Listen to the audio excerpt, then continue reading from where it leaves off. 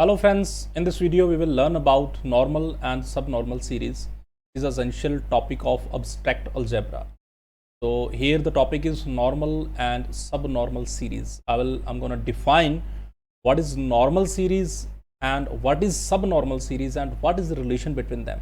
Okay, so let's start today's topic.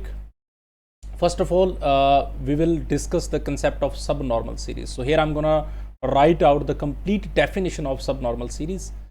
So in order to frame a subnormal series, first of all, we need to frame a group. That means if we have a group, so we can frame a subnormal and normal series. So my dear friends, subnormal series actually है क्या? एक ऐसी series, और किसकी series? एक सब group की series. So I am gonna right out a series of a sub group.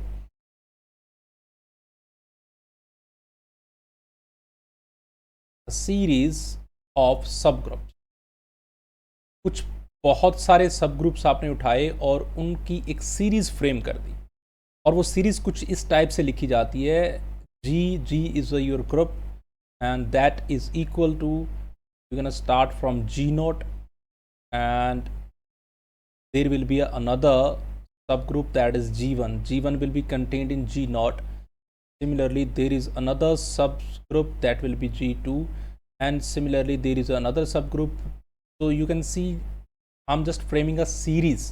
Okay, तो ये बच्चों इस तरीके से फॉलो करेंगे और यहाँ पे एक सीरीज बन रही है. लाइक G2 G1 में कंटेंट हो रहा है, G1 G नोट में, G3 G2 में. सिमिलरली यहाँ पे एक लास्ट एलिमेंट आएगा, लास्ट सब ग्रुप आएगा, उसको मैं नाम दूंगा GR. ओके, और वो GR-1 में कंटेंट हो रहा होगा.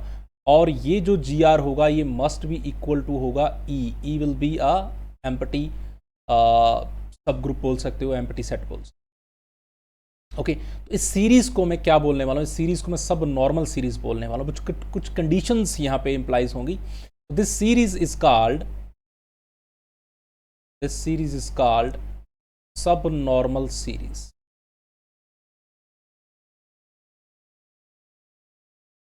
इस सीरीज को हम सबनॉर्मल सीरीज बोलेंगे. कंडीशन बच्चों ये है कि इफ ये जो आपके पास G है, और फर्स्ट ऑफ ऑल देखिए कि ये सीरीज किसकी है? Subnormal series of G.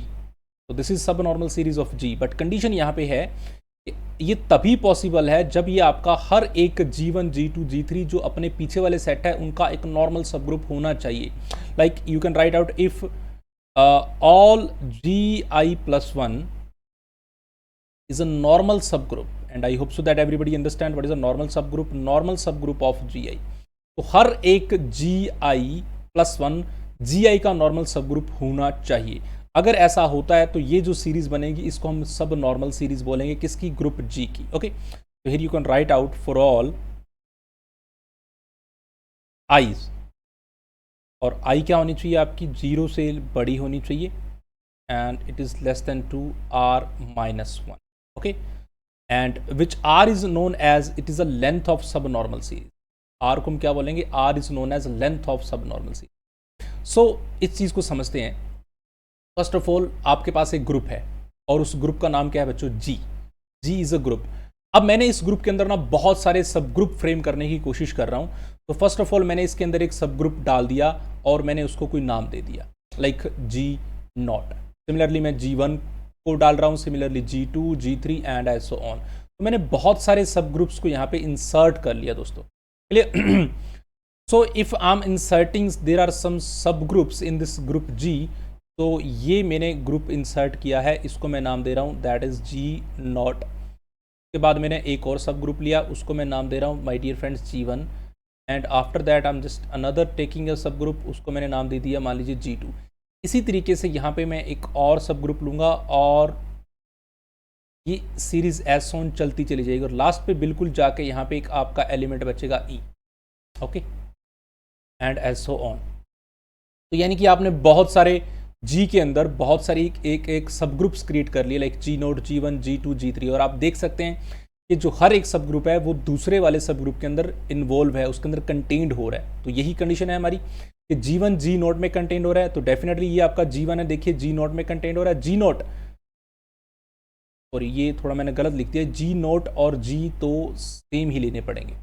यहाँ से आप G1 लेंगे, then G2, then G3. Okay, तो G naught is G, there will be same. तो G1 कंटेंट हो रहा है G0 में, G2 कंटेंट हो रहा है G1 में, G3 कंटेंट हो रहा है G2 में। सिमिलरली ये सारे के सारे एक दूसरे के अंदर कंटेंट हो रहे हैं, और कंडीशन ये भी है कि ये एक दूसरे के नॉर्मल सब ग्रुप भी हैं। ओके, ये सब ग्रुप की सीरीज है, ये सारे के सारे सब ग्रुप किसके हैं? जी के, तो डेफिनेटली हैं ये सब ग्रुप।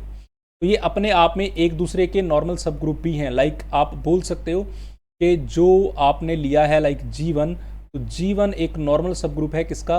G0 का। सिमिलरली जो G2 है, this is normal sub group of G1, and similarly G अगर मैं लिखता हूँ 5, तो it will be normal sub group of G4। तो ये इस पैटर्न को फॉलो अगर कर रहे हैं, ये सीरीज बन रही है, तो डेफिनेटली आप इस सीरीज को क्या बोल दोगे? सब नॉर्मल सीरीज बोल दोगे। Is it clear? और मैं आपको R के लिए बता चुका हूँ कि R को बोलते हैं बच्चों length of sub normal series. R is what, ये जो मैंने R लिखा है यहाँ पे, दिस इज व्हाट GR यहाँ लिखा है, तो R is what? R is length of sub normal series.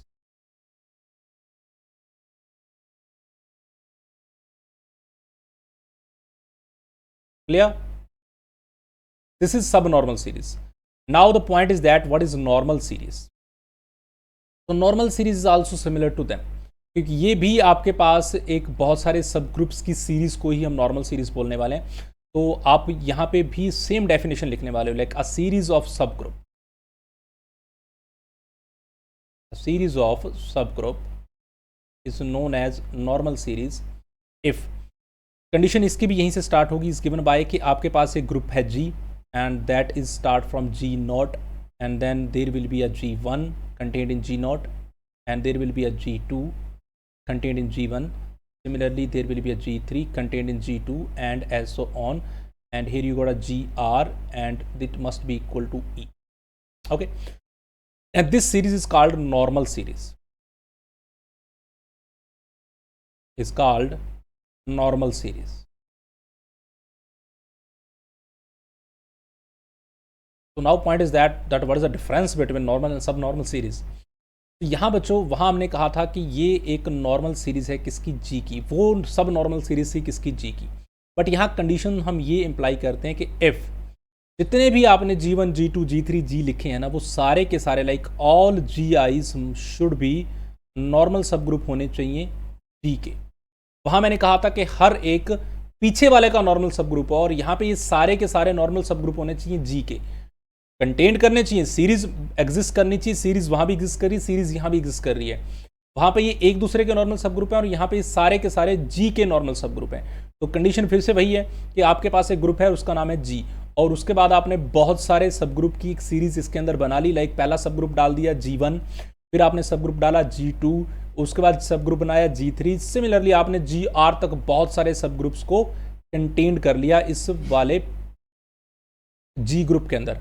तो सबसे पहले आप क्या बनाते हैं? G0, this is your G0, and this one is what? G1, this one is G2, and then G3, and as on. उसके बाद भी आप बहुत सारे बनाते चले गए, लास्ट पे आपने एक बनाया और उसको आपने नाम दे दिया GR, और फिर लास्ट पे चले गए। लास्ट पे क्या आएगा? एक आइडेंटिटी एलिमेंट, जो कि किसी G ग्रुप के अंदर डेफिनेटली होता ही है। तो इस सीरीज को आपने फॉलो किया, इस सीरीज को। अब यहाँ पे जितने भी ये G0, G1, G2, G3, GR हैं, ये सारे के सारे क्या होने चाहिए? नॉर्मल सब ग्रुप होने चाहिए G के। लाइक जो आपका G1 है, ये नॉर्मल सब ग्रुप होना चाहिए G का। ओके, जो आपका G2 है, ये नॉर्मल सब ग्रुप होना चाहिए G का, and G3 is normal sub group to what? G, as well as GR must be normal sub group of what? G। But in the sub normal series we just claim that कि आपके पास जितनी भी जो सब groups थे, वो आपस में एक दूसरे के नॉर्मल सब ग्रुप्स थे। Like G1 is normal sub group of G0, G2 is normal sub group of G1। But normal series के अंदर ये सारे के सारे क्या होने चाहिए? नॉर्मल सब ग्रुप्स होने चाहिए इसके G के। तो दो बातें यहाँ पे आपको नॉर्मल सीरीज में पूरे के सारे GI नॉर्मल सब ग्रुप होंगे G के, और सब नॉर्मल सीरीज में हम लिखते हैं GI+1 is a normal sub group of GI, यानी कि अपने वाले से पीछे का वो नॉर्मल सब ग्रुप होंगे।